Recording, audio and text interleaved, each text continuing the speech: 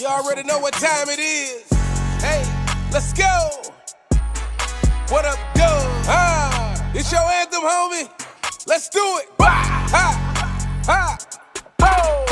What up, Doug? What up, Doug? What up, Doug? What up, Doug? What up, Doug? What up, Doug? What up, Doug? Let's talk. Let's talk. Let's go. Let go. Let's talk. Let's talk. Let's go. This let go. What up, Doug? What up, Doug? What up, Doug? What up, Doug? What up, Doug? What up, Doug? What up, Doug? What up, Doug? Let's talk. Let's talk. Let's go. Let go. Let's talk. Let's talk. Let's go. Let go. Let's go. 7 points on the board. Touchdown. You can never ignore. Let's go.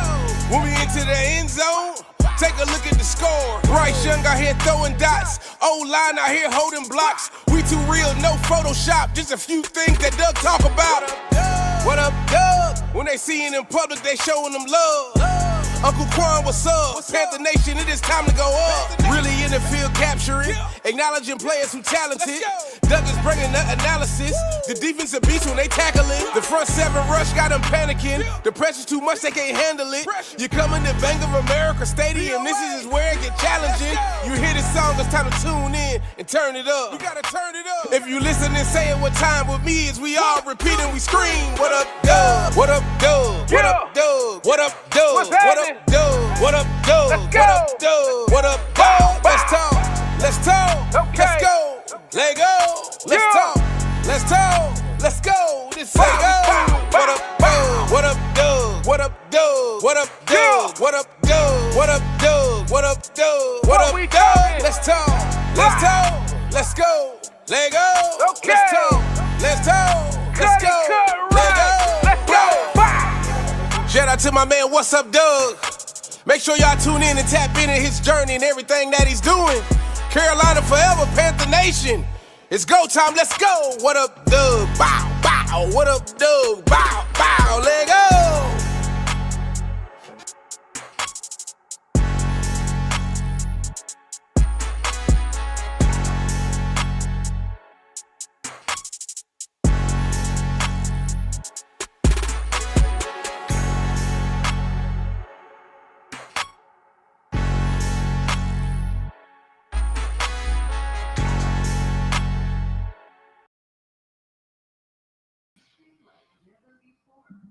What's going on, Panther Nation? It's your man C Dougie here with you with another episode on What's Up, Doug. Man, preseason is in full swing. We played on Friday. Games are on today. I know a lot of people are upset with how the performance, either after the first team, how the first team came out. But we're going to dissect it here. We're going to talk about it. Appreciate you pulling up on this Sunday. Not only are we going to talk about week 1, let's transition to coming down to Houston. We have a great guest joining us, Gabe McDonald from CSL, Carolina Sports Live, joining us today. So let me go ahead and bring him up so you guys can tell him what's up, and he can tell you guys how he feeling today. What's going on, Gabe?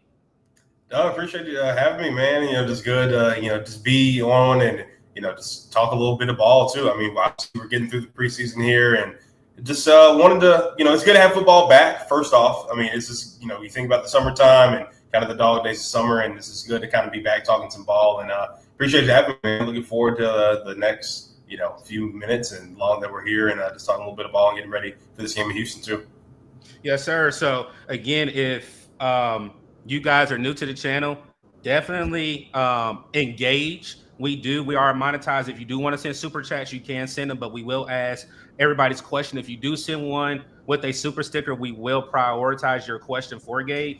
But we have slides as always, but we're going to also have him answer questions about training camp. So again, I appreciate him pulling up. We already got a couple people in here, and let's go ahead and shout them out before we get started. Austin McClanahan, he said, "What's going on, Dub? Let's go." I appreciate you pulling up. One of our Panther content creators, Big Cat, the OG, is in the chat. 1995, The Roar has joined us as well. And Tony McClanahan then backed up and said, "Panther pride, keep pounding." And then Joshua Butler, appreciate this comment. I was reading it during the intro. He said, "Just wanted to jump in and say I love the show, Doug, but I liked having something to listen to at work, so I'll check it out tomorrow." So I definitely appreciate you pulling up, and definitely hope you enjoy it tomorrow, man. Austin Wright, what's going on, my guy? Then Making True Money said, I hat's good, Doug. I think I probably read that wrong. Let me see. Okay, he said, "What's up, Doug? What's going on, my guy?" So, Gabe, how are you feeling before we get into our first slide? How are you feeling about the season? How are you feeling about what you've been seeing? Just overall, how with week 1 and everything from OTAs to training camp, how are you feeling as a Panther fan?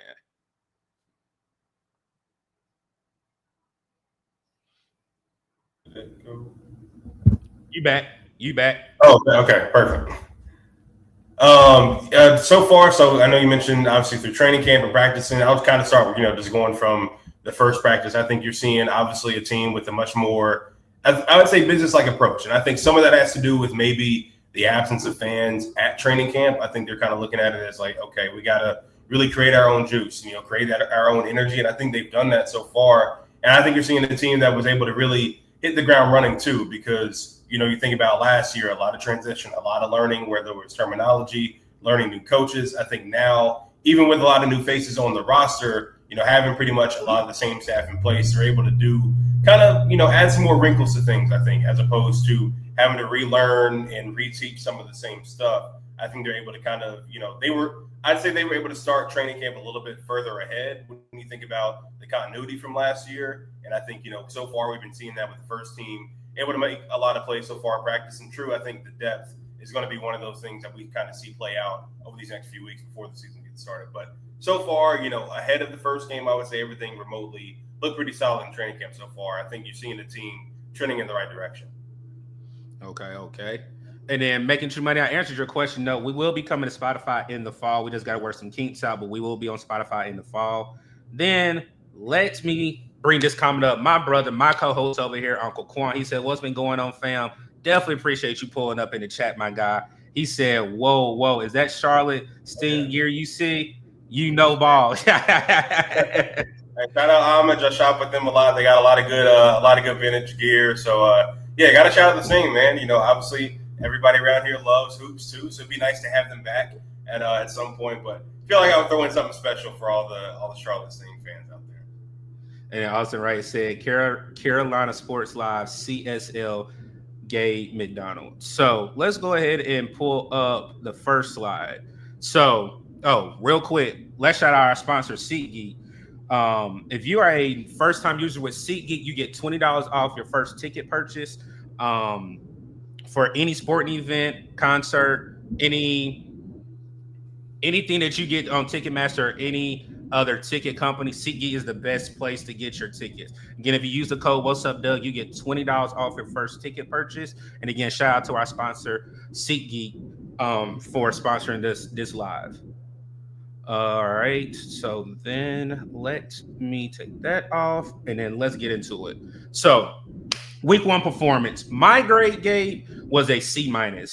Outside of that first drive, second drive when Jalen Coker caught the touchdown, the defense holding the Browns scoreless in the first quarter, everything else went downhill for me. And I think a lot of people are upset with special teams. A lot of people are upset with certain depth positions that didn't have a good showing. And Dave Canales even said it as well. Like, we had people show out in practice, but it didn't show them when the lights came on. And then with you being a former player and now being an analyst, you understand that take. Like, you got to show up in practice, you got to show up in game, you got to show up even after. And that's where I think it kind of surprised him as well. So how are you feeling about it? I'd say a C- is pretty fair. I'd probably say right around that range. I'd give him like a even C. I mean, you mentioned special teams. I think that's one thing that certainly needs to be addressed. You got the punt returning situation to start the game, not that great. You have Raheem Blackshear falling behind on one punt, probably a punt that he probably shouldn't have fielded. It looked like it was closer. The rule is if it's inside the 10, if it's at the 10 or inside, you kind of want to let it bounce, let the chip fall where they may. And then the second punt return to Nick Scott and Trevor Etienne, a little bit of friendly fire there, but still, those are things where, you teach that in practice. You got to be able to give your returner that kind of 5-yard bubble, so to speak. So that's, something that you got to be able to correct in practice too. So I think special teams wise needs to be improved a ton as far as, even have penalties on some kickoff returns, which I know the dynamic kickoff return over the last couple of years, everybody still trying to figure that out, and what that looks like. But that's definitely an area I think needs addressing.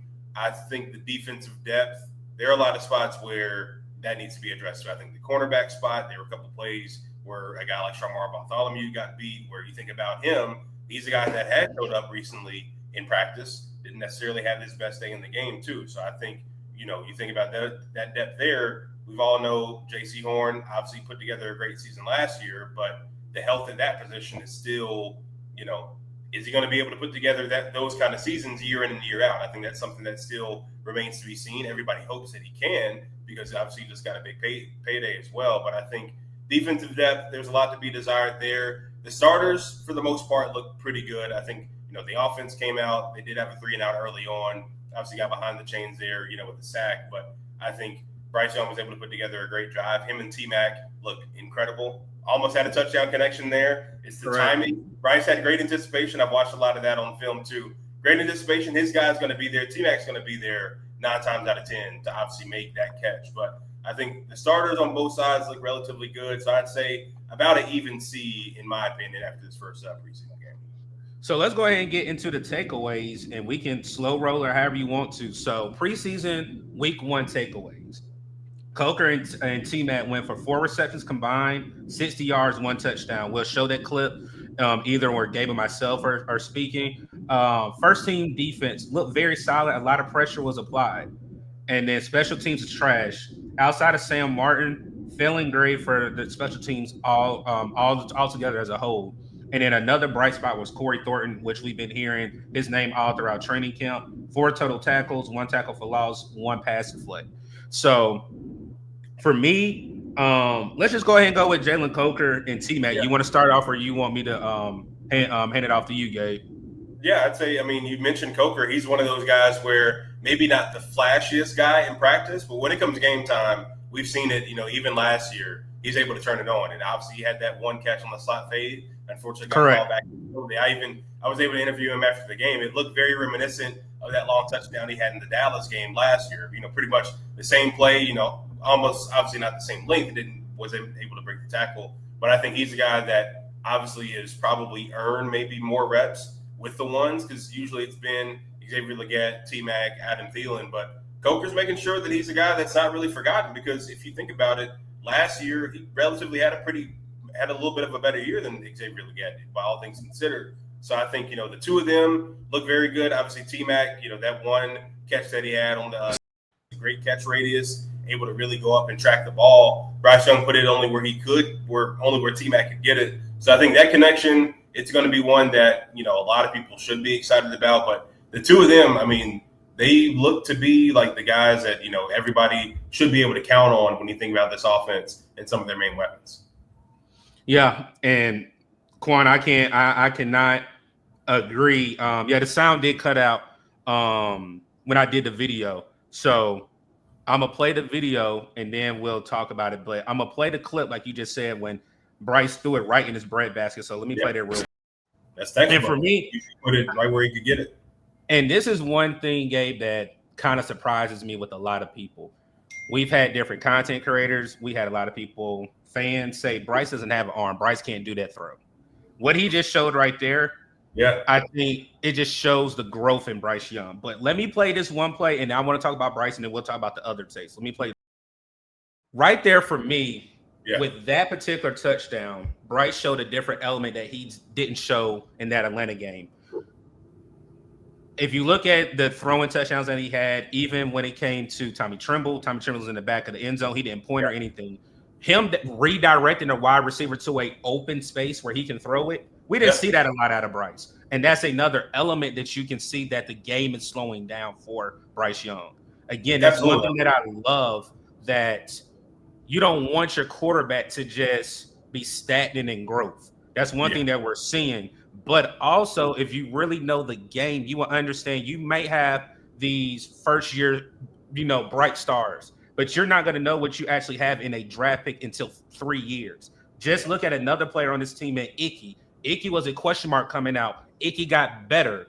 And I know he's still a couple of question marks with Icky, but he's been very solid once the game has slowed down. And I think that's the thing with Bryce Young. The game has slowed down. Bryce is looking more comfortable. and he also believes in the system that the Carolina Panthers have around him. Absolutely. I think, it's because, and part of that too is, having another year in the system, not having to relearn things too. It's like, okay, I took what I was able to learn at the end of last year, going through what he did, being benched and everything. And it's like, all right, let me, just continue to study, continue to learn. I think you're seeing obviously a guy, they said it, on the broadcast, literally in the play-by-play, directing traffic. That's what you sometimes have to do as a quarterback. When you get in the scramble drill, guys, you want them to be able to, disattach from, their defender, whether it's man or zone, and find that open space, because it's like quarterbacks, normally they got to be able to throw their receivers open. And, that's pretty much what him and Jalen Coker were able to do. They have, that obviously chemistry and that relationship where it's like, all right, he's directing me. I know exactly where I need to be, exactly where he's going to put it. And he put it in the right spot where he could get it. And I think, you're seeing a guy that's really taking, that step that, we've all been waiting for him to take, because I think, this year, for a lot of these young quarterbacks, year 3 is really make or break, because normally after this season is when we see a lot of these guys get paid. I mean, you look at, recently Jalen Hurts, you look at Joe Burrow, Trevor Lawrence, all these other, a couple other top overall picks. I mean, you're going to see, is he going to get that extension after this year? I mean, that remains to be seen. That's still something that, we need to see him put together a full body of work for this season so far. But you're seeing a lot of steady growth, and I think a lot of really good chemistry with his weapons, because like we know, he has a lot of them. That receiver room is definitely loaded. Going to be very interesting to see how many they keep and who exactly they do keep when that time is said and done. But the chemistry he has so far is pretty darn good. So Gabe, I will ask this question, and we'll get back to the Tates for week 1. Yeah.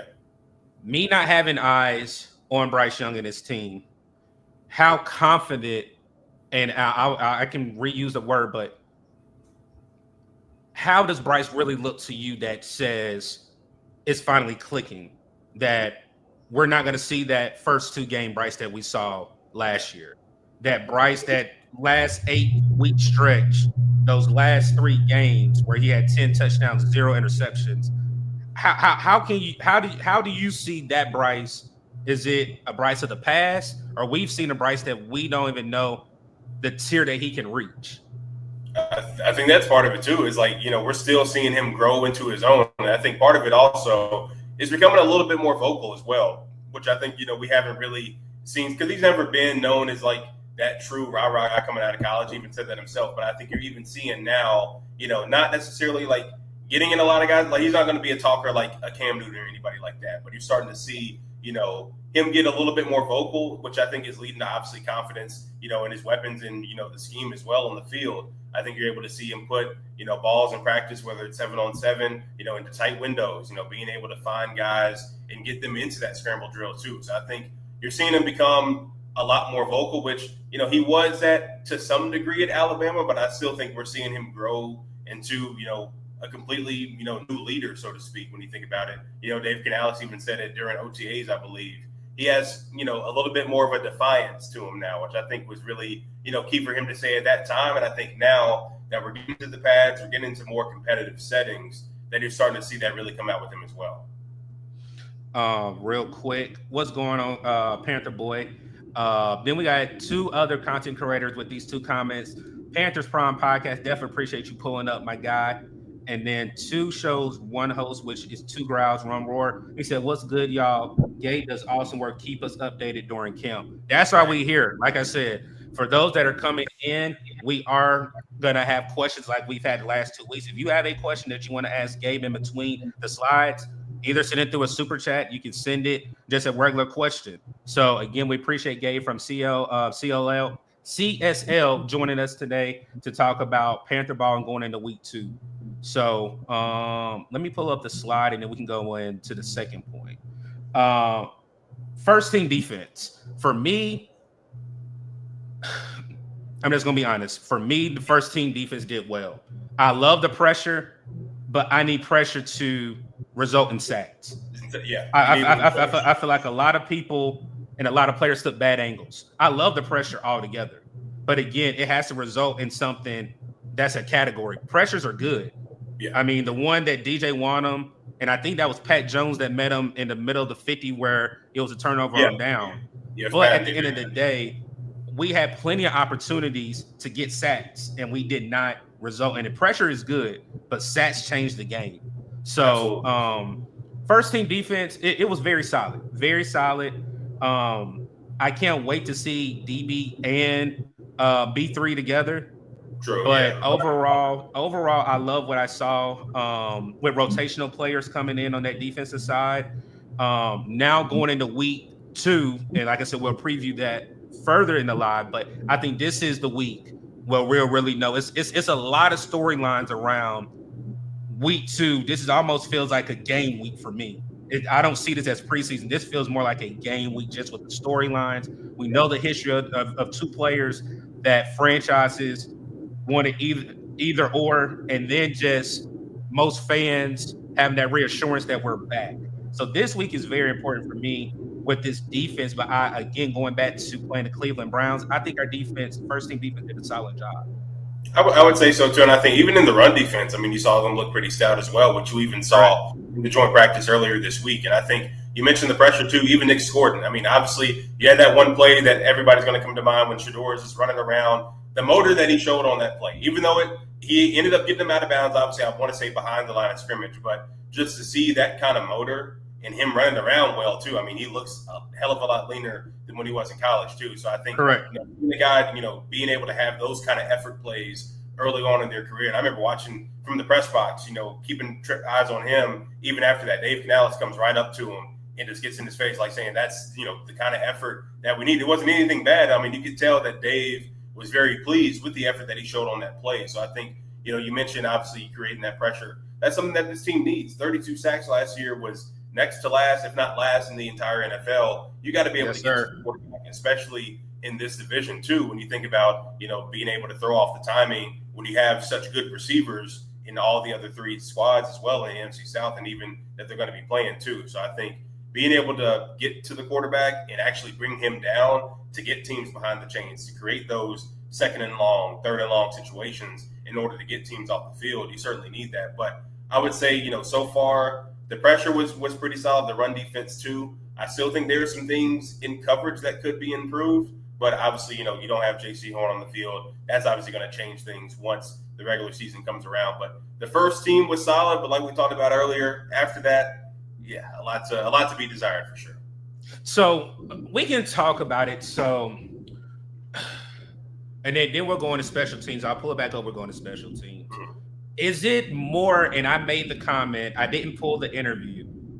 Were you kind of shocked that certain players that stood out in practice, when the big lights came on, the crowd was around them, they kind of wet the bed, or they didn't put up the performance that we thought they would put up? One name I will put out there is Bartholomew.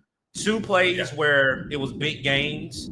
You slipped on one, and you were right in coverage, and you didn't do a great job in coverage. For me, I need to see the depth chart change, and I honestly think it will. And based off of this joint practice, those teetering 2s and 3s, I think some people went up. Like I said, we're going to talk about Corey Thornton. But for me, I was kind of shocked with some of the takes that some of the beat writers have had and some of these players not coming to show up. So were you kind of shocked, or you just think game reps and live reps show the difference on Friday night? I think it does show a little bit of a difference. I mean, you mentioned Bartholomew. That's the guy that, when I heard that soundbite, one of the guys that honestly immediately came to mind, because he mentioned that one long gain that I believe it was Larvadane had, more closer to the end of the stadium, like close to the tunnels, when he had that long first down and then obviously giving up the touchdown, the second one that Shedeur threw. I think, you're obviously looking at, a guy that had a really good day. I want to say it was when both JC and Mike Jack had vet days in one of the practices. And he balled out. And I remember making sure to ask Dave about him afterwards because he had a heck of a day. And that's a guy that, is trying to be in the mix, as far as, being in the cornerback rotation. Because you think about Shaw Smith-Wade, who Dan Morgan's even said he's probably going to be on the field, a large percentage of the snaps just because of his versatility in the secondary too. So I think Bartholomew is a guy that you want to see more out of. And obviously this week is going to be a huge one for him because he's going to be tested once again. Time will tell if J.C. Horn is going to be good to go for this week. You hope that he is, just to get some kind of look at him before the regular season starts. But Shamar is going to be another guy that, he's going to be tested. You think about the joint practice coming up. I think he's a guy that you want to see more out of, and he didn't really show up and have his best showing on Friday. So I think he's one of those guys that comes to mind. Probably the first one. Nick Scott had some. You think about last year, there were some ups and downs with him. You're seeing that so far as well. We'll see how that safety rotation looks when the season comes around.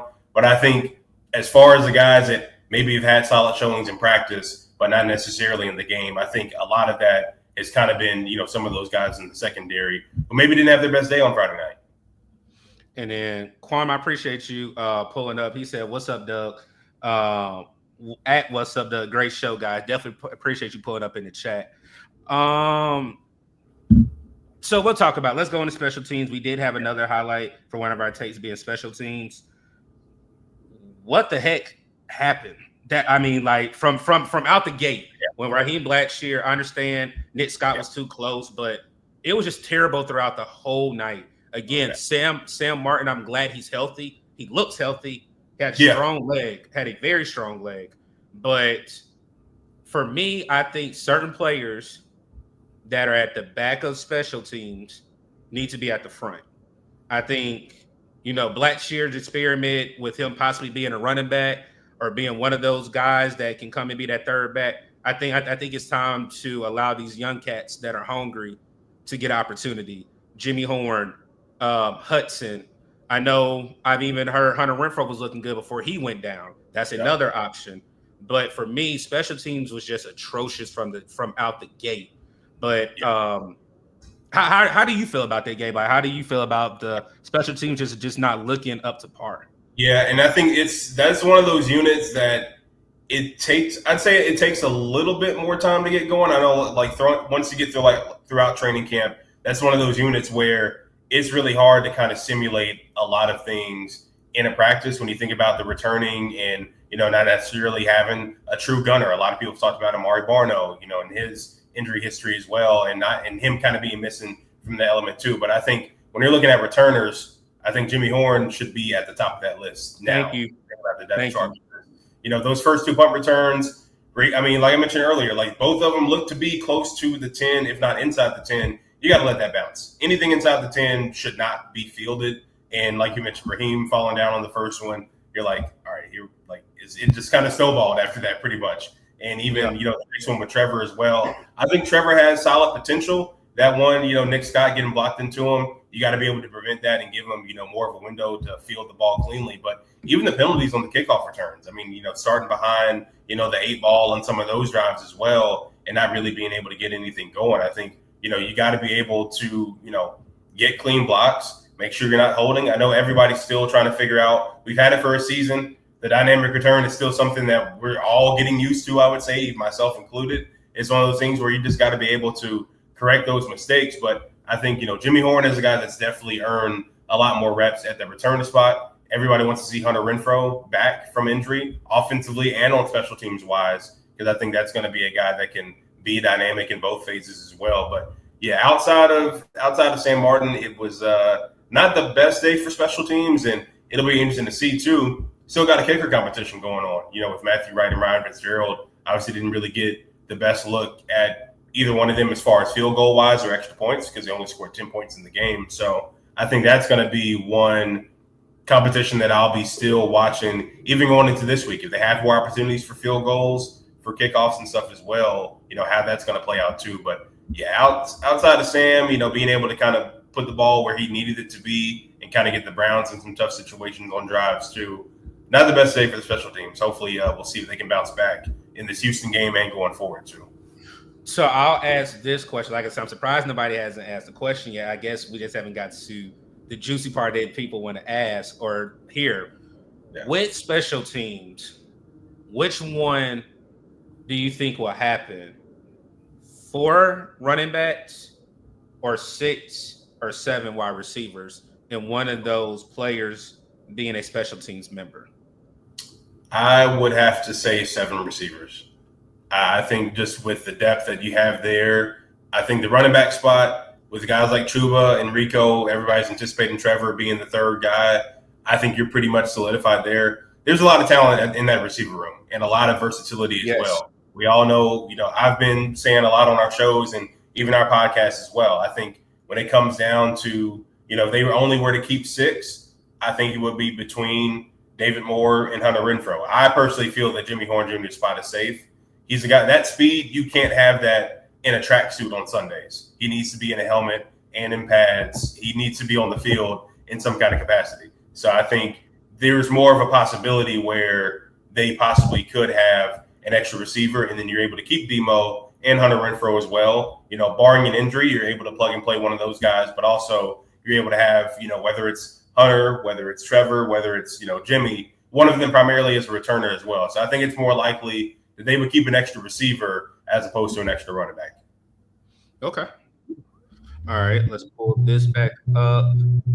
And then our last standout, unless you have another standout, Gabe, is Corey Thornton. I'm going to play his highlight, and then we'll talk about his performance. And that's the type of tackles that you like. You like that physicality. Kurt Angle will be proud of that one.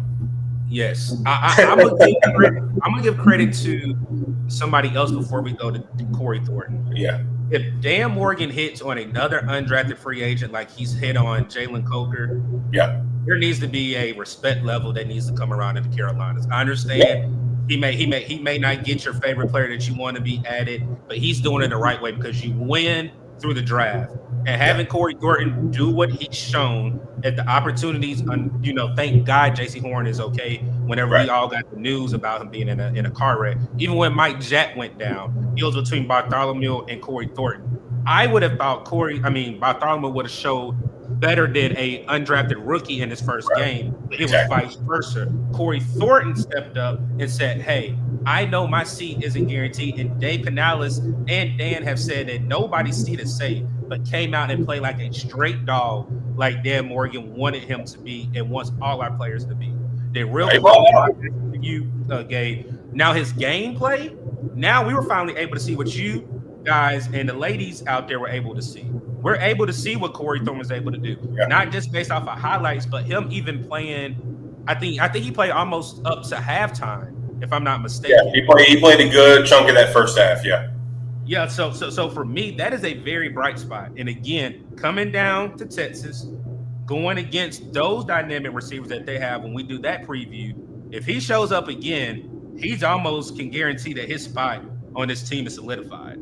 What you think, Gabe? You think about just him being able to show up too. I mean, that play there is just one. It's great instincts. I mean, they're trying to run a trick play to kind of get the best of the team too, and him being able to be right there and make that kind of play, and even have solid plays in coverage, and played a good amount on special teams too. So he brings value in that phase of the game as well. But he's a guy that I think you mentioned obviously undrafted guys like Coker, even Damani Richardson, who had solid into the season last year once he got into the lineup. I think these undrafted guys. Those are, your diamonds in the rough. And when you hit on those guys, obviously it bodes well when you think about just having youth and having guys that can really contribute early on. But Corey, he put together a really good game. I think the thing for him is just continuing to stack those days. Come out this week, continue to, put together good film on tape. The joint practice, like you mentioned, is going to be huge for him because he's going to get a ton more reps. He's going to get tested a lot as well. But I think, you look at that cornerback room, you got JC, you got Mike Jack. Shaw Smith-Wade primarily going to play in the nickel, but can play outside. But after those first two guys, you're going to be looking at Corey Thornton, as probably that key depth piece, at least on the outside, when you're counting on Shaw playing more in the nickel as well. So I'm impressed. We saw, great plays early on in practice, in padded practices as well, and it carried over. He's putting together in practice and also in the games as well, which is what you want to see out of those young guys that are fighting for those spots. Yeah, I agree with that, Gabe. Let me shout out another content creator. If I think this is Wally, I think I'm correct. Panthers Germany podcast. He's a part of Black Cat Panther podcast. I definitely appreciate you pulling up if that is Wally. And then Bleezo said defense is the key lock. So, yeah, like I said, we're going to see a different showing again. We got Gabe from CSL joining us today. Gabe, before we go into the preview of Houston, is there anything else that you wanted to focus to close out week 1 with week 2 starting on tomorrow with practice before they head down to Houston on Wednesday? I think the main thing is just seeing, how the center competition is going to continue to look. Kay Mays and Austin Corbett have been rotating in practice. Obviously, Corb's got most of those first team reps with Bryce in the preseason game. So just seeing how that's going to, figure itself out too. And I think Damian Lewis, him being out week to week, that's going to be something to monitor as well. You insert Brandon Walton at that spot, gave up a pressure early on or gave up a sack early on Chandler Zavala, who would normally be behind Damian Lewis, still dealing with an injury as well to his knee. So figuring out what that's going to look like, if you move, if Damian is out for an extended amount of time, whoever maybe doesn't win the starting center job, if you insert them at the left guard spot, because both Cade and Austin have experience playing there. Can't forget about Brady Christensen as well, can play all 5 spots on the offensive line. So I think figuring out that rotation, if Damian is going to miss extended time, I think it's going to be one of those big things that we'll kind of see play out through this week and going forward too, just monitoring those injuries too. But the offensive line looked relatively solid. I mean, you bring back all 5 guys, it's definitely, going to be, important to have that continuity in the run game, but also in the passing game for Bryce too.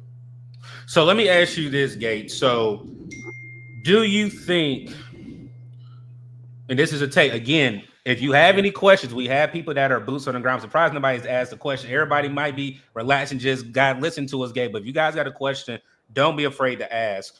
Gabe, with Chandler Zavala being possibly out for the whole preseason, and now with the possibility of Cade Mays, I won't say losing out the starting job because I think it's 1A, 1B.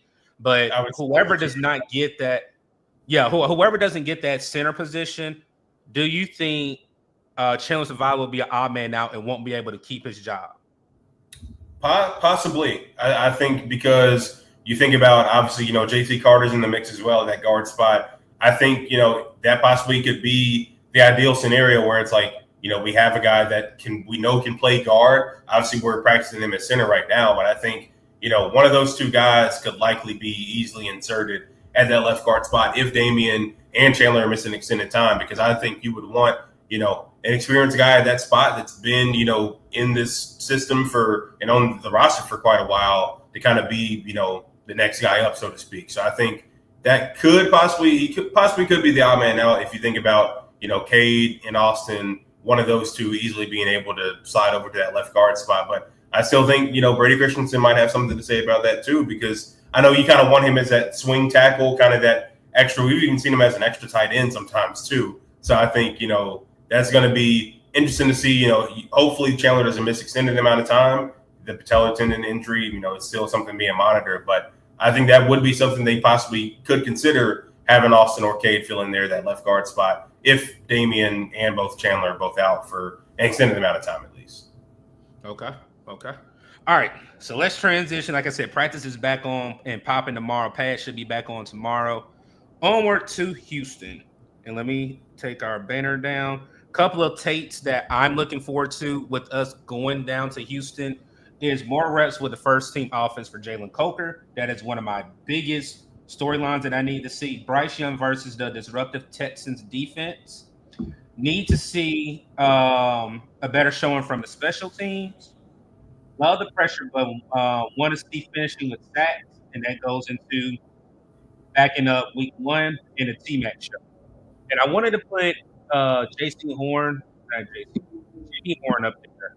But again, we weren't able to really see too much. But starting out the gate, for me, is reps for Jalen Coker. I've been hearing a lot of people saying that Jalen Coker is not the 1 or 2. Well, he's the top 2 wide receiver right now, and he's not number 2. I think Jalen Coker took with the opportunity, unfortunately, with Xavier Legette getting ejected out of the game, that he took the opportunity by the horns. He literally been waiting, and it goes back to even Canales saying that we gave him a plan. We told him to change his diet. He came in leaner and faster. He was already a bit body target, and you were able to see it on the back end with the resurgence of Bryce Young. So for me, I think Jalen Coker and the respect that he needs when people talking about, oh, we got T-Mac, you got Etzel, you got Renfro, you got Adam Thielen. Don't forget what Jalen Coker can do. And he literally showed it when you said Gabe in both of those catches, one counting and the other one that did not count, unfortunately, due to a penalty.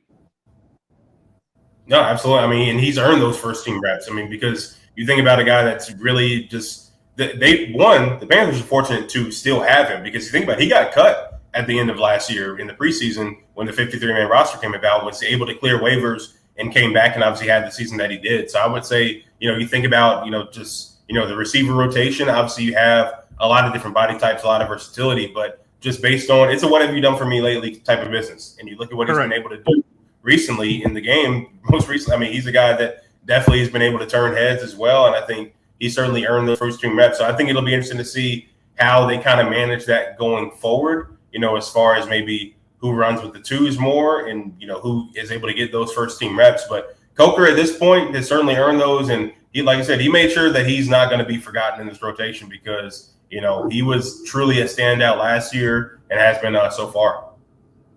So I'm going to take a step back because I didn't put it up here because I was going to remember this point, and I knew when you were talking, I was going to remember this point. CJ Stroud versus Bryce Young. That is the biggest headline this week. We finally get to see it outside of that one game where Eddie P did kick it through the upright. We won. We're going to really see who's grown as a quarterback going into year 3 with both of these guys. That goes into my second point of the disruptive defense. I talk about 2 players that I think will really give our offense a test, but now we will really be able to see in a controlled practice who's the better quarterback. I still am not upset with the quarterback that we have here in Carolina. I understand people still compare that, we traded up to go get Bryce, how much we gave up for Bryce. We should have got CJ Stroud. Coaches not loving Bryce, coaches loving CJ. I understand that talk, but I think it's time to now let it be dead and just let's see how it plays out. Because go ahead, Gabe, if you guys. I certainly agree because it's like at this point we're heading into year 3. We've seen both quarterbacks have success. We've seen both quarterbacks struggle too. You think about last year, not really the best year for CJ Stroud in that offense because that offensive line struggled to really keep him upright. And I did see a comment in the chat. The joint practice is Thursday morning out there in Houston. The preseason game is Saturday, 1:00 Eastern, 12:00 Texas time. But I think the 2 at this point the talk, the comparisons as far as like, we should have done this. You can't go back and change it. At this point, they're both heading into year 3. Both of them, have definitely come into their own. And I think this is going to be a big year for both guys because, like I mentioned earlier, both of these guys potentially playing for long-term extensions this year if they're able to put it together. So I think, you're seeing 2 guys that have completely different skill sets, but have both have had success in their own right. So I think it's more so just, letting them be their own guy. Obviously, we know how close they are and they've been, friends for a long time. But as far as, the talk of what he should have did and what didn't happen, at this point, heading into year 3, you can kind of put it to bed. And we've seen both these quarterbacks really evolve into their own guy. And I think both of them are relatively set up for success this year, in my opinion. All right, I'm going to ask this one. We got our first question for you, Gabe. How much stock do you put in actual preseason game production, and does it vary by the position? A little bit. I would say you still get a lot more out of the joint practices because, you're able to really simulate a lot of in-game situations that maybe don't come up in a preseason game. But still, I think when the lights come on, there is something to be said. I mean, you want to see guys show up because, the flow of the game is a lot different. You can stop and start a practice, kind of get different looks and certain stuff like that. In a game, you get 1 shot, 1 kill on each play, and you got to make the most of it. So I think there's still something to be said. And it does vary a little bit by position. I would think, more of I'd say I take more into account like guys in the trenches because you're able to do a lot more hitting, a lot more tackling when you think about the linebackers and stuff. I would say I put a little bit more stock into what they do in a true game-like setting because they're bringing guys to the ground. They got to take the right angles. They can't really miss tackles. Whereas, you're thudding up or wrapping up in a practice, you're not bringing guys to the ground. So I think that's more so for maybe the guys on the perimeter, maybe the guys on the outside as well. So I think for O-line, D-line, special teams, and linebackers, I would probably say is maybe where I put more account into what you get out of a preseason game as opposed to the joint practice. Got you. So let me see. What's our next point? Oh, special teams. It ain't no reason to really even bring that part up or bring the slide back up. Like there has to be a better showing of special teams. If not, I'm not going to call for somebody's job in preseason, but that's a cause of concern if there's not a better showing with special teams. I'm hoping that room changes where you get somebody else a starting opportunity. We already know what Raheem Blackshear can do. Raheem Blackshear has been here before Dave Canales. Give me a Jimmy Horn starting out the gate. Yeah, I'd agree. Him and Trevor need to get a bulk of those returns because like they have to prove themselves. Because, like you said, Raheem was here when Matt Rule was here. So that's he's been here, which feels like a while if you think about it. So the young guys, I mean, you even saw, I think, T.J. Luther maybe get some returns, Kobe Hudson as well. Like Dave keeps saying they're developmentally minded. You need to give these guys, you need to see what they can do because you never know who could be that diamond in the rough that really shows up, and you want to keep them around too. So I think Jimmy, Trevor, some of those younger guys need to see a bulk of the returns. And I think the main thing too is cutting down on the penalties. I mean, you don't want to be starting inside, your own 20 or your own 15. You don't want to be behind the chains in that right. So, not having the holding calls and some of the blocks in the back that we saw, in the preseason game as well. You got to be able to cut down on that because the better field position you have starting out, the better chance you have of being able to put it in the box at the end of the drive. Yes, sir. We got Carolina Sports Live, Gabe McDonald joining us, man. I appreciate you bringing these tapes and bringing your insight, what you've been able to see over really, about 2 months? I know we're just in week 2 of preseason, so I appreciate that. So the next thing that I think is one of the weak points of the Houston Texans is their offensive line. Yeah. So there at least needs to be about 3 or 4 sacks. And I know that's a high number. People like Doug is preseason. As a whole unit, I at least need to see 3 or 4 sacks. Yes, you have to finish this game. I love the pressure. Like you said, you talked about the Nick Scorton one. Even though he had to travel, I think they said 74 yards to go get him across from one end of the field to the other opposite. I need pocket sacks. I mean, you can have them run out. I hope the Houston Texans play their starters so we can see ones versus ones. Yeah, you want to see good on good. You always want to see that. Yes, not 2s on 2s or 2s on 1s. I want to see it in practice because practice you can't hit them. Yeah, I mean you can win the rep. We saw it even whenever we had joint practice with Nick Scorton and Princely Human Yellen were able to come around, but they weren't able to hit him. But in live reps, I need to see it.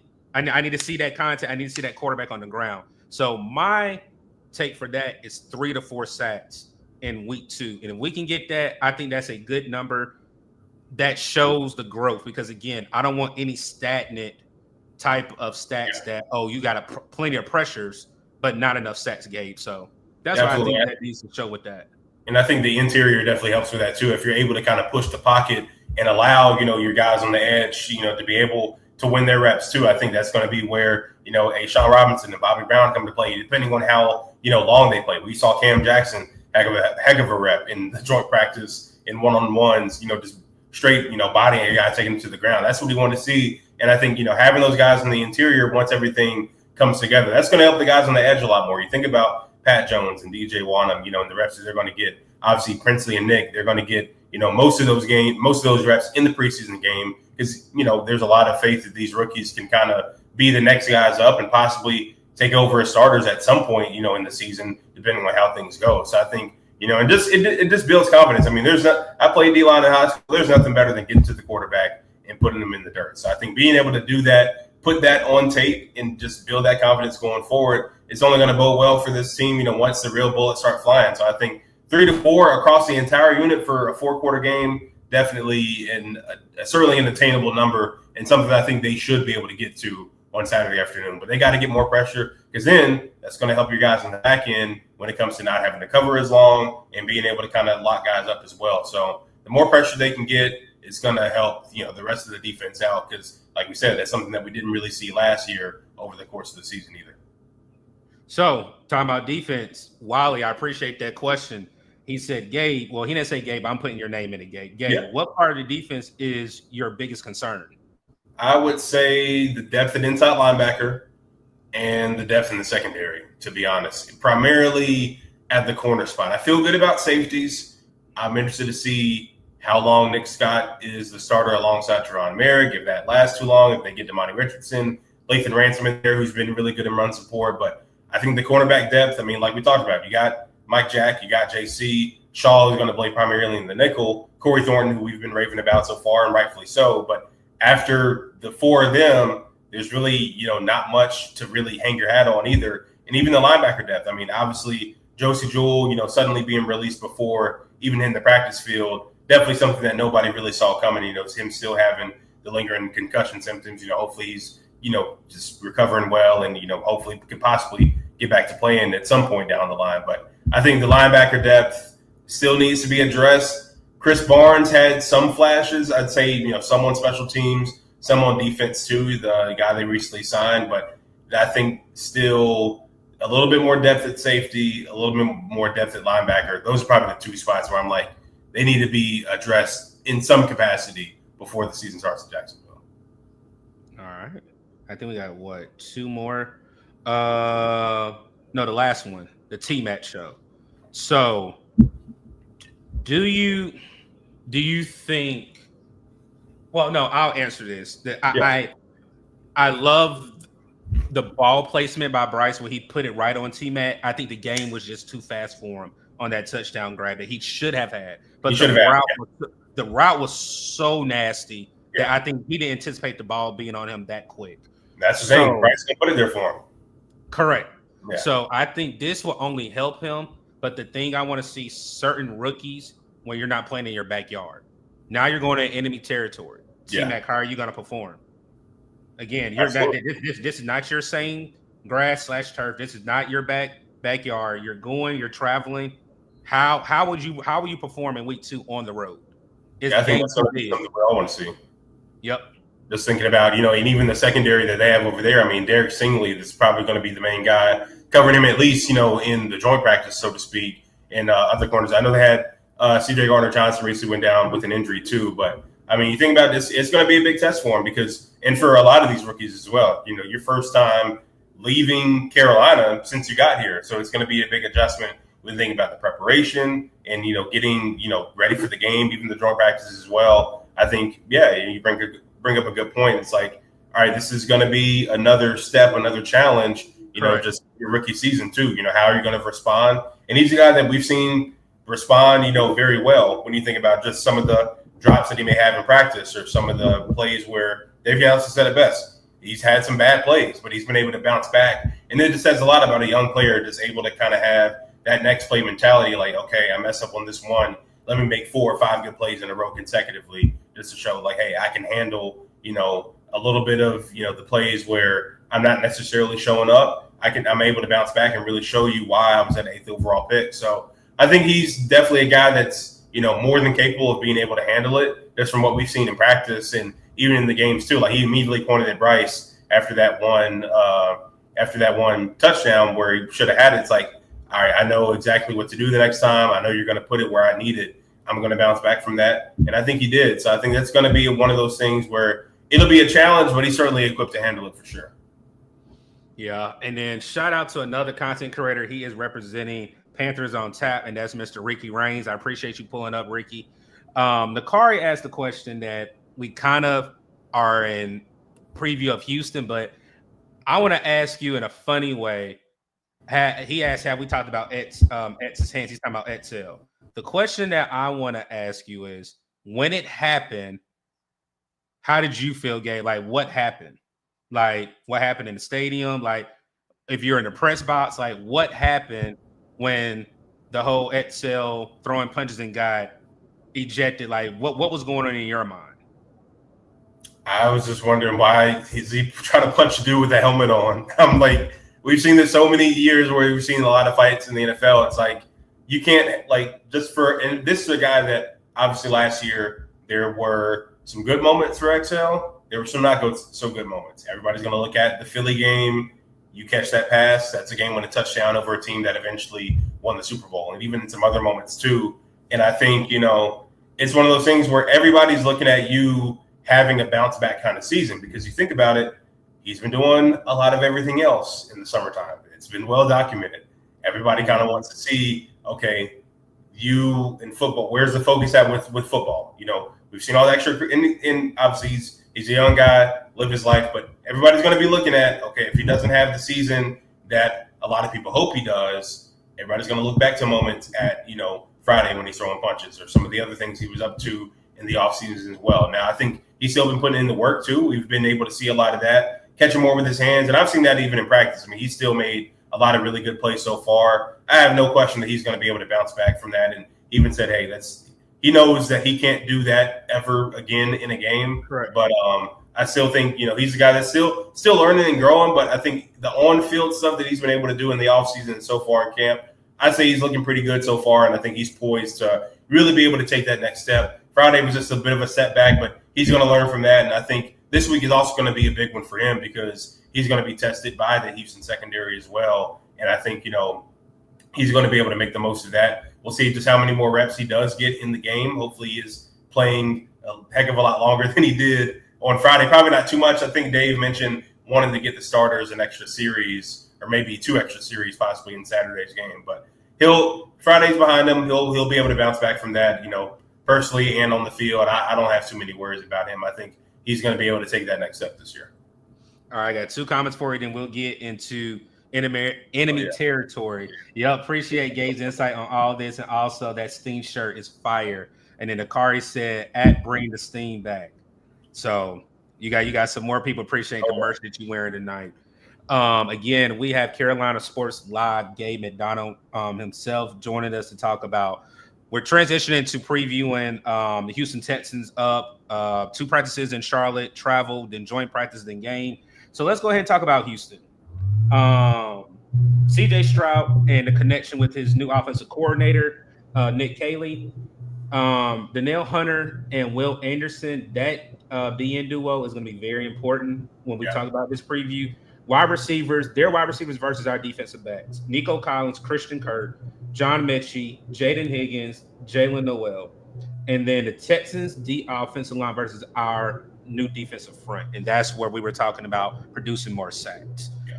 With that first one, I was kind of shocked when CJ's offensive coordinator got fired, or he kind of got low blow, where he was kind of sort of the reason why CJ didn't have a good second year, this and that, the back end,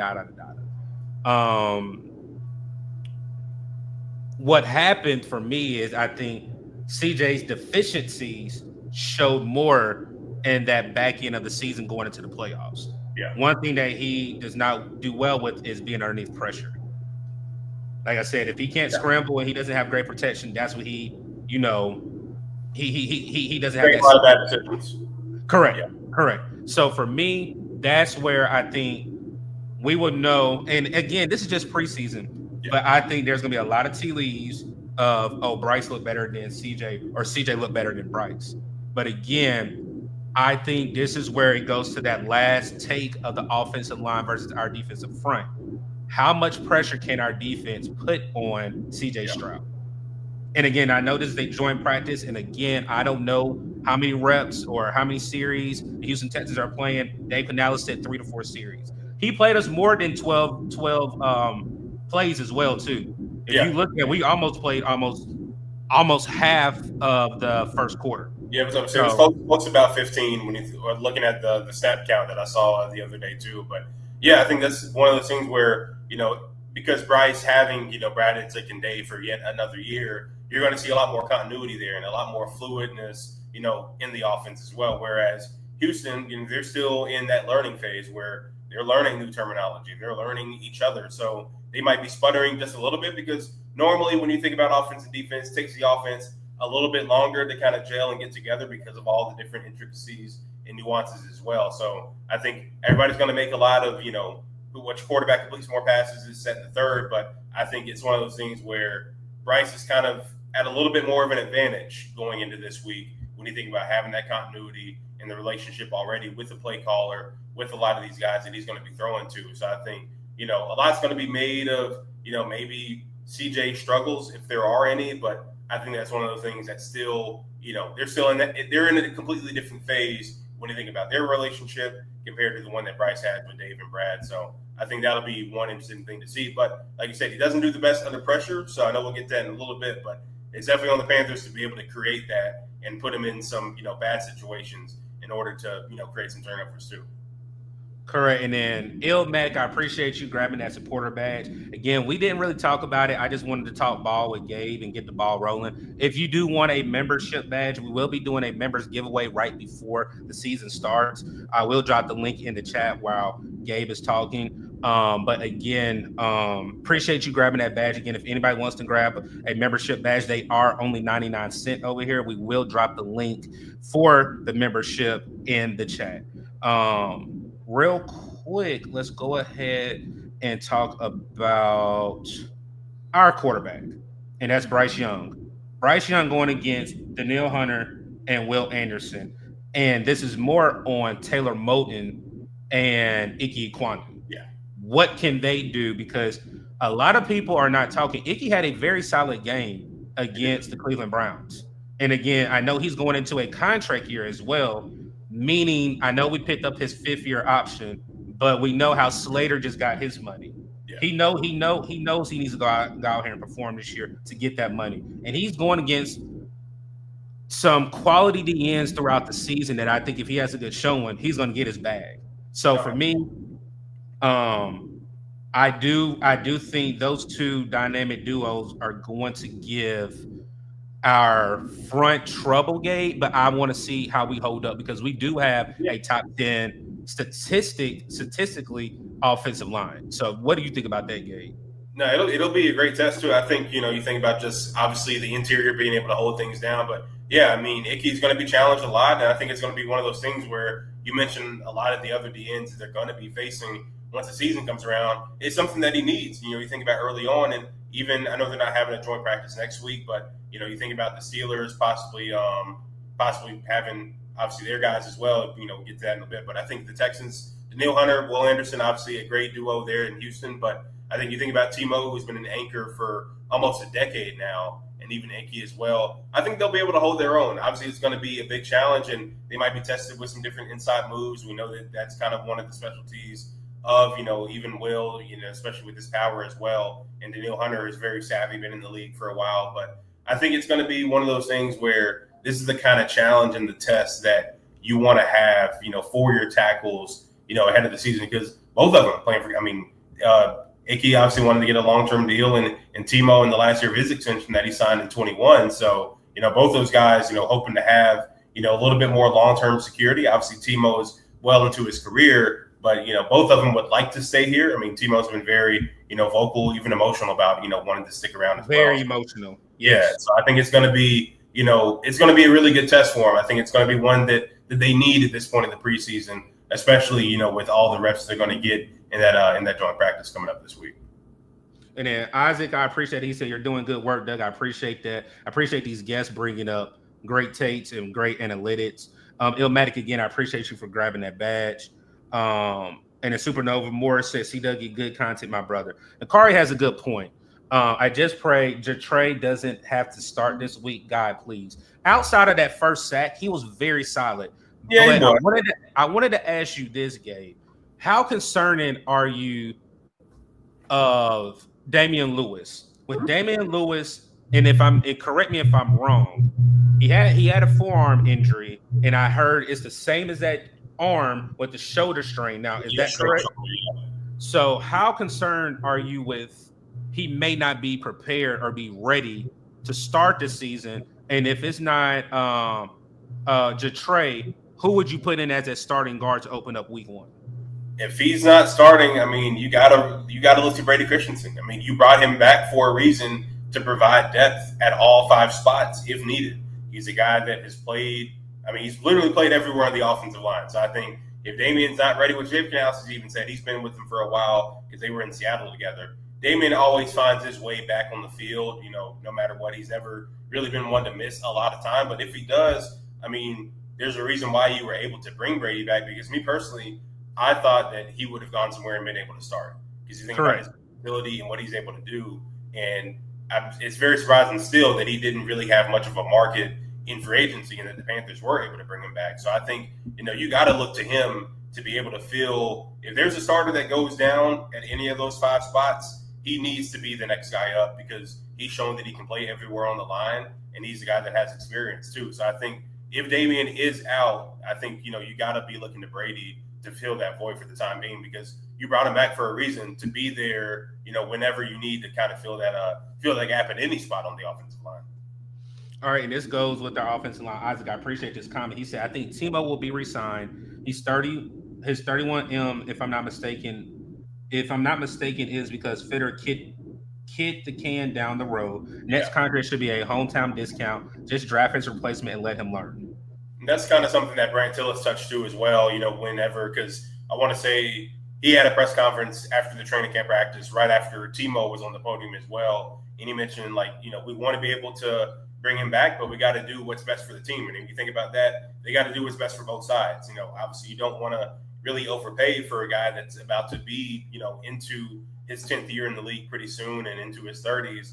It's like, all right, let's, kind of have a plan in place, bring him back for maybe a 2 or 3 year extension. That gives you time to say, okay, 2026 draft, let's draft that next guy up at right tackle. And, by the time he's in his 2nd or 3rd year, you're ready to give him an extension and kind of let him take over while Timo, figures out what's next for his career. But I think he's a guy where just on and off the field, you want to have a guy like Timo in this locker room in some capacity for at least the foreseeable future, the next 2, maybe 3 years. And like my guy here, Bleezel said, run the lights up. I haven't looked at the like button. We got over 120 people here. If you have not hit the like button on the YouTube side, definitely hit the like button. If you are on the X side, hit the link on either Gabe's or my Twitter. Come over on the YouTube side, subscribe to the channel, hit the like button. It is free. Again, we're bringing you guys great content, great boots on the ground from people that are actually having actual odds on our team other than on game day. Again, we got Charlotte Sports Live, Gabe McDonald join us, and I appreciate that, Gabe. Let's go to the take that I think is very important. Wide receivers. Our wide receivers, they're DBs, but I think for this particular one, I want to focus on their wide receivers, testing out our DBs. Nico Collins, Christian Kirk, John Mechie, Jaden Higgins, rookie, Jalen Noel, rookie, both out of Iowa State. Is this a good test before the season, and how confident are you outside of J.C. Horn in these DBs right now, like for this matchup? At the moment, I think this is one where you could see the Texans group potentially get the best of the Panthers. When you think about just, a lot of the different guys that they have, Christian Kirk, a very savvy veteran, Nico Collins, one of the better guys in the league who I think doesn't get enough love when you think about just his consistency as well. I think obviously, they got a good unit down there. I think the main thing is going to come down to, these guys being able to kind of take what they've been able to do in practice and now in their first preseason game and kind of build on that. And for some guys, correct some of those mistakes. We mentioned Shamar Bartholomew earlier in the show. You want to see how he's able to respond, because this is a guy like, okay, I took some in the chin, in the preseason game, didn't have my best night after putting it together in practice. How can he respond when he's tested even more? Because you think about the Browns, maybe not the best receiving core out there. I know they got Jerry Jeudy, but they're still trying to figure out their quarterback, situation as well. I think you have a team in Houston. You have a quarterback where he's one of the top young guys that they have, and even the receivers as well. I think it's going to be one of those things where they're going to have to respond in a major way, and I think it's going to be a really good test for these DBs to really see how they stack up against a good core in general. Because you think about there's a lot of different versatility in that Houston room, and they already see it here with what the Panthers bring to the table. But there's something to be said about when you see another team in a different color jersey. So I think this is going to be a really big test for them, and it's good that they were able to get that joint practice worked out, because remember, they weren't able to have one. It wasn't scheduled at first. Dave mentioned wanted to get as many as he could as possible, which I think you get a lot more out of the practices than the games, in my opinion. So I think being able to have this happen later this week, before the game, is going to be a good test for these guys. And it's going to be, I personally won't be there, not flying to Houston until Friday, but it's definitely something that I'll be keeping tabs on, because I think those are going to be the battles and competitions that a lot of people are going to be wanting to see. How can this Panther secondary really stack up and show that they have a lot of depth in that room? So I'm going to ask you this. And no, I will not be there either. I'll be actually coming back home to North Carolina. I'm going to say a name, and I'm hoping that he does have a better saying. I really did not see him get a lot of reps. Mello Dotson. I was very big on Mello Dotson coming out of training. I said out of training. As a draft prospect, how? Again, I think the hype train with Corey Thornton, if he has again a good showing, I think is going to only solidify him making this 53-man roster. Yeah. But this will be opportunity for Bartholomew to have a bounce back. Like he probably had to have a realization that, hey, I didn't come to play, I can bounce back. Because I think the wide receivers for the Houston Texans are like night and day with what the Cleveland Browns. Yes, no disrespect to any weapon they have, but Jerry Jeudy, which I heard looked pretty good. But you have more than just Jeudy to worry about with this defense. So the question I have is, how do you feel about Mello Dotson? Do you think he can get possible playing time? He making sneak up, or is he a future practice squad member? And then I think we're probably looking at him probably making more of an impact. If he can, I would say special teams would be really his ticket to kind of making that roster if he's able to. But I think it's a big week for him because you think about, obviously, time will tell, how healthy J.C. Horn is. I know he had some injury. He's still able to do some stuff in practice, but it remains to be seen just how, much we'll see of him going forward. You hope he's on the field in some capacity too. But I think he's probably a guy, you look at Dotson, probably, I'd say relying on special teams at this point. Now, if he can get a good amount of reps in the practice and really make the most of those, then it's okay. Let's throw you out there in the game, maybe sometime in the second half of the fourth quarter and kind of give you some drives, just to get your feet wet in that aspect too. But I think more than likely special teams would be his ticket to making it. But I mean, it still, remains to be seen just how many reps, he's going to be able to get, this week. It's obviously a lot of competition in that room as well. So I think it's going to come down to, how some guys perform, and if some guys maybe don't bring their best stuff in the joint practice, it's like, okay, let's, get you a little bit more, as the week goes on. And then once the game comes around too. Mr. Wesley Hall, I appreciate you pulling. He said, "What's up, Panther Nation? How are we feeling, man? Can't complain, man. Cannot complain." Making true money. I'm gonna answer this question, and hopefully Gabe may know a little bit more. I know he's not gonna be there. He's basically want to know is joint practice open in Houston? If I'm not mistaken, all Houston practices are open. Yeah, but you have to have a ticket. If I'm not mistaken, making true money. I believe so. I know I have a couple friends down on the Houston beat, and I'm pretty sure from looking at their content, practices are open, but just how, their ticket situation works or if it's also thing, I'm not too sure on that. But looking at a lot of the content I've seen from down there, it should be open. But that's Thursday at it should be 9:00 Central Time, I believe. I think it's 10 o'clock East Coast. 10 o'clock Eastern Time, but he's in Texas, so he'll know that. 9 o'clock on 9 o'clock Thursday morning out there in Houston. Okay. All right. Let me see what else we got on this one. And then with the Houston preview, we just talked about their offensive line and defensive line. We really have talked about it from out the gate of the pressure and sacks, but me personally, I think losing Larry Tunsil was not a good thing for them, regardless of how fans feel. You got to understand what that impact of that tackle and quarterback relationship is. That was a big blunder, and with the injuries and not investing in the offensive line like we have as the Carolina Panthers, that this is a practice in a week where we should get after the ball, get after the quarterback.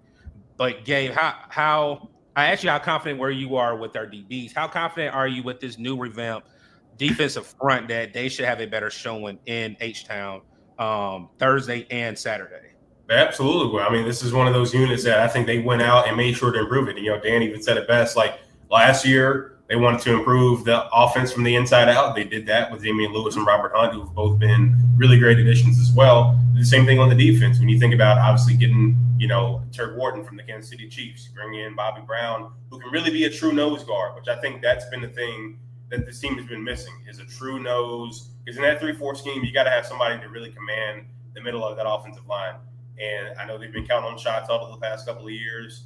He's been playing out of position at that spot. Bringing in a guy like Bobby Brown who can command space and also command double teams as well, that's going to be big for this team because you think about bringing back Derek Brown. I mean, that's like getting back a first-round pick if you think about it, just with what he's able to do and just how dominant he is in the run game as well. We'll just see how much he's able to go this week. He's still kind of in a ramp-up mode, so to speak, not doing a lot of the 11-on-11 stuff, but still able to do some work. So, but I think, the revamped D-line with obviously Bobby Brown, when you think about obviously Turk Wharton, Ashawn Robinson, who had a really solid year last year, a savvy veteran who what you're going to get out of him too.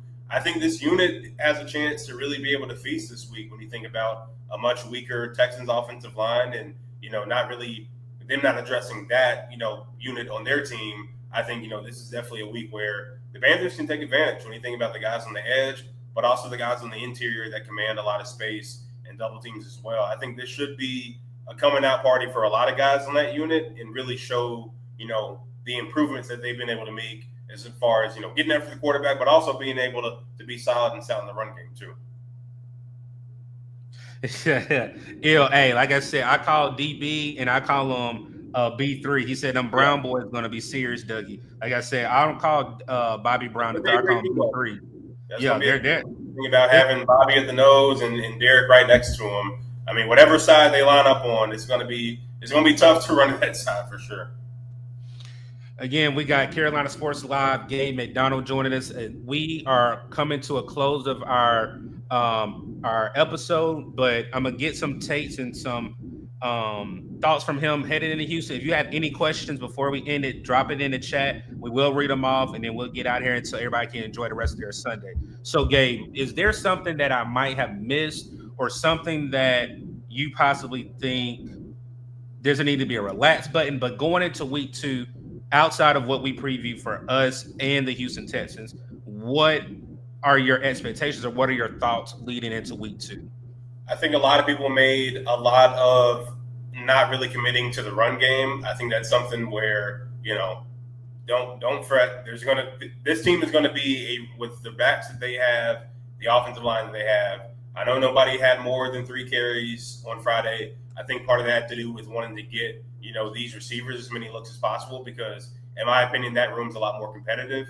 You kind of have an idea of what your running back rotation is going to be, whereas like receivers, you still got to figure out who's going to make the team, who's going to be first team, who's going to get the bulk of the target. So I think you're going to see hopefully you see a little bit more of a commitment to the run game going forward in these joint practices, in the preseason games to get, more of a look at that. But I think that's something where even though they didn't really have that many carries and really get that aspect of the offense going, I still think that's going to be, the bread and butter for this team and one of the strengths on the offense as well. So that'll come along. I think part of it is too just getting more of a look for a lot of these different receivers. So last week I had Cam Jackson, Jimmy Horn, Bryson Tremaine, and Corey Thornton as players to watch in week 1. Can you give me at least 3 or 4 players that you're going to have your eyes on for week 2 of preseason? I think Trevor Etienne's going to be one, the running back spot. I think he could get a good amount of the reps this week. Bam Martin Scott on defense. I mean, we talked about the lack of linebacker depth. He's a guy that's, able to be, pretty big in special teams game, but also, show what he can do on the defense as well. So I think Bam, Trevor, there's going to be a couple guys. You want to see Sean Smith-Wade make a lot of plays too, because I think, a lot of people talked about him being a guy that's going to be able to be, very versatile and being able to make, a lot of plays, whether it's in the nickel spot or outside as well. And I mean, you got to look at Shamar, how he's able to bounce back, because I think he's going to be a guy that's, could possibly be picked on a little bit, when you think about the Texans receivers. I think he's going to be a guy that's going to get a lot of those in-game reps and tested a lot. So it's like, how can he respond? I think you're looking at those guys and even XL too. I know, obviously, being disqualified, it's like, how can you respond and kind of keep your cool, between the whistles, not have anything like that happen again. So I think those would be the main guys that I'm looking at. But I think, Trevor, Jimmy Horn Jr., you want to see him get a lot more reps and kind of use that speed as well. I think those are a handful of guys that I'm going to have a lot of eyes on come this week. And, once we get back to practice tomorrow and then even the joint practice later this week. Okay. And then we did come out with a clean bill of health, which is a good thing. So the last thing I'll ask you before we close it out is you gave me players, score prediction, or how do you think the week will go out from the joint practice to the guys getting back on the plane, headed back to Charlotte, probably around 4 is this. So basically in the afternoon on Saturday, headed back to Charlotte. What are you thinking with joint and game? what should we see, or what are your predictions going out of it?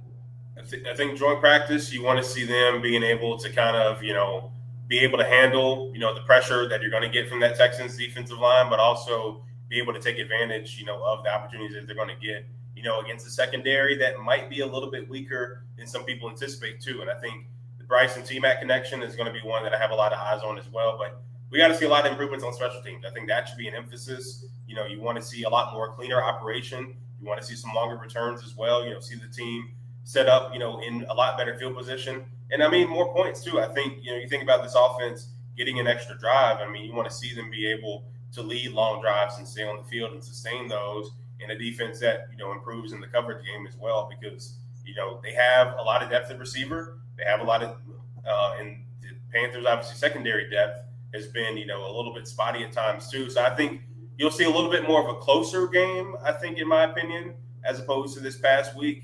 And I think the joint practice, I'd say it's set up for the Texans to maybe have a little bit more success in it. But I still think, the Panthers should be able to kind of take some of that into the preseason game and really be able to kind of make the most of their reps and stay on the field and get some long drives going too.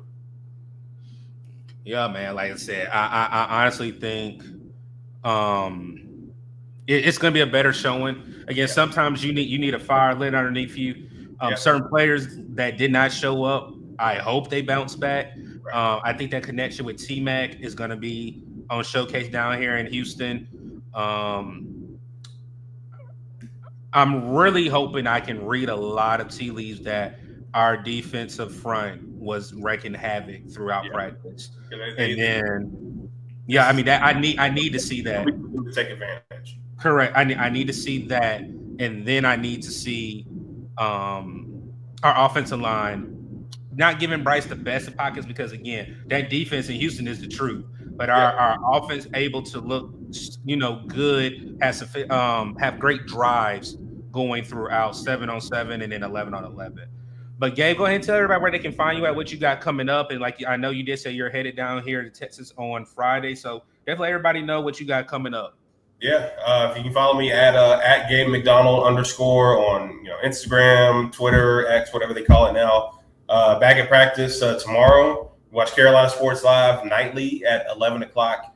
Queen City News on Fox. Here in Charlotte, we have obviously our Queen City News Plus app. We do podcasts, so we'll be talking plenty about the Panthers on there as well. You can download that on any smart TV that you got. Black and Blue Kickoff Live. It's our Panthers pregame show. We're on for an hour, leading right up to kickoff here locally in Charlotte. The game will be on our air, so you have our pregame for an hour. You get to see the game. We'll have a postgame show, exclusive interviews, the whole 9 yards as well. You can expect the same practice coverage the next couple of days, tracking drives, be sure to, keep up, follow along for updates, however you may want to. But, yeah, try to give fans and everybody, just different, unique coverage from somebody that, played the game and can see the game well, too. So I think that that's definitely something that aids in the coverage as well. But, yeah, add Gabe McDonald _ and be sure to watch CSL every night at 11 o'clock. If you want to stay up, get your coffee, energy drinks, whatever you got, all that. But yeah, man, appreciate you having me on, and looking forward to doing a lot more of this in the future, and just interacting with more fans too. Being here for the past 3 seasons, kind of now more in an increased role where I'm, covering the team more consistently. So definitely looking forward to, just interacting with more with fans and giving all you guys the best coverage and insight I possibly can. Yeah, like I said, you do a great job on X by doing the notes through Apple to go drive by drive. One of the best to do it. I know everybody tweets, but you actually go drive by drive until the drive is complete. So I appreciate you doing that, where it gives us an insight on what's actually going on with us not having eyes on the team. It's your man C Dougie here at What's Up, Doug. We had Gabe McDonald from Carolina Sports Live joining us. Hopefully we can have him back during the season. Definitely can't wait to see him in person when I'm back in the building week 3. But again, everybody stay safe, keep pounding, and until next time, peace. You already know what time it is. Hey, let's go. What up, Doug? It's your anthem, homie. Let's do it. Bah, ha, ha, ho, bah. What up, Doug? What up, Doug? What up, Doug? What up, Doug? What up, Doug? What up, Doug? What up, Doug? What up, Doug? Let's talk. Let's talk. Let's go. Let go. Let's talk. Let's talk. Let's go. This let go. What up, Doug? What up, Doug? What up, Doug? What up, Doug? What up, Doug? What up, Doug? What up, Doug? What up, Doug? Let's talk. Let's talk. Let's go. Let go. Let's talk. Let's talk. Let's go. Let go. Let's go. 7 points on the board. Touchdown. You can never ignore. Let's go. When we into the end zone, take a look at the score. Bryce Young out here throwing dots. O-line out here holding blocks. We too real, no Photoshop. Just a few things that Doug talk about. What up, Doug? When they see it in public, they showing them love. Uncle Quan, what's up? Panther Nation, it is time to go up. Really in the field capturing, acknowledging players who talented. Doug is bringing the analysis. The defensive beats when they tackle it. The front 7 rush got them panicking. The pressure's too much, they can't handle it. You come in the Bank of America Stadium, this is where it get challenging. You hear this song, it's time to tune in and turn it up. You gotta turn it up. If you listen and say it one time with me, as we all repeat and we scream. What up, Doug? What up, Doug? What up, Doug? What up, Doug? What up, Doug? What up, Doug? What up, Doug? What up, Doug? Let's talk. Let's talk. Let's go. Let go. Let's talk. Let's talk. Let's go. This let go. What up, Doug? What up, Doug? What up, Doug? What up, Doug? What up, Doug? What up, Doug? What up, Doug? What up, Doug? Let's talk. Let's talk. Let's go. Let go. Let's talk. Let's talk. Let's go. Let go. Let's go. Shout out to my man, what's up, Doug? Make sure y'all tune in and tap into his journey and everything that he's doing. Carolina forever, Panther Nation. It's go time, let's go. What up, Doug? Bow, bow. What up, Doug? Bow, bow. Let go.